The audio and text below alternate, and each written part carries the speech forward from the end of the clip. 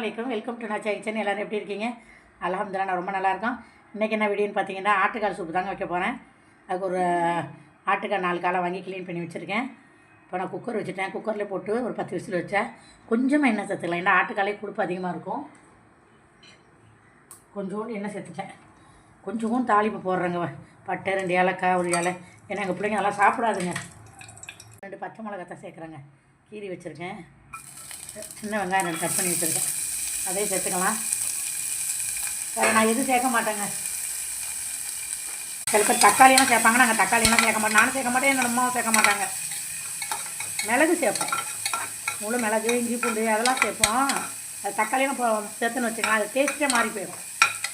நாங்கள் எங்கள் வீட்டில் இப்படி தான் நான் செய்வேன். டேஸ்ட்டு சூப்பராக இருக்கும். முழு மிளகு கொஞ்சம் சேர்த்துக்கிறேங்க. கொஞ்சமாக போடுறேன். இல்லை வெட்டி வந்து இது எப்படி இருந்தாலும் பிறக்கத்தான் போதுங்க பிள்ளைங்க.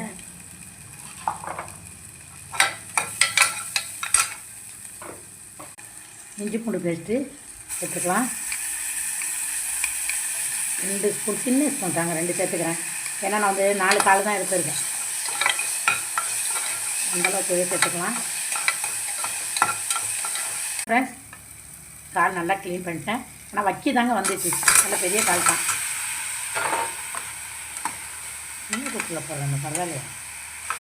கால் அதிகமாக்கிறதுனால தேவையான அளவு உப்பு சேர்த்துக்கிறேங்க.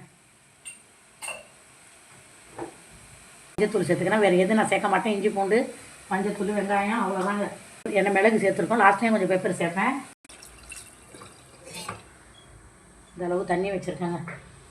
வச்சுட்டு நம்ம ஆல்ரெடி நம்ம சேனலில் நிறையா ஆட்டுக்கால் பாயா, ஆட்டுக்கால் குழம்பு, ஆட்டுக்கால் சூப்பு எல்லா ரெசிப்பியும் நான் போட்டிருக்கேன்.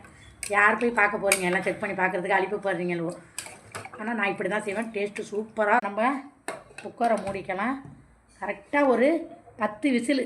சில ஆட்டுக்கால் சட்டுன்னு 8 விசிலே வெந்துடும். நான் வந்து 10 நிமிஷம் 15 நிமிஷம் தாங்க வைப்பேன். நான் விசில் கணக்கெலாம் வைக்க மாட்டேன். இதில் வந்து ஆவி வந்ததோட குண்டு போட்டுருவேன். போட்டுட்டு கரெக்டாக ஒரு 15 நிமிஷம் வச்சு பார்ப்பேன். அவ்வளோதான். நம்மளோட ஆட்டுக்கால் சூப்பராக வந்துருச்சு. கொதிக்குது பார்த்தீங்களா? அவ்வளோ சாஃப்டாக வந்துருச்சு. நீங்களும் வந்து ஆட்டுக்கால் கிடச்ச மாதிரி சூப்பு, பாயா என்ன உங்களுக்கு தேவையாக வச்சு சாப்பிட்டு பாருங்கள்.